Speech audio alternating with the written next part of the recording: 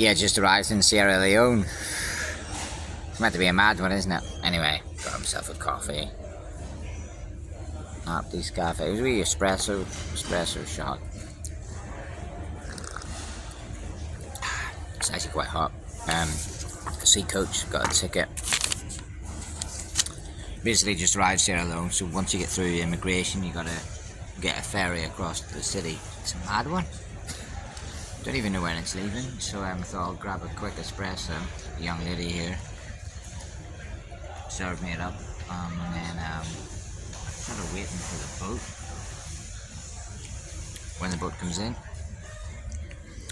It's called a Seacoach.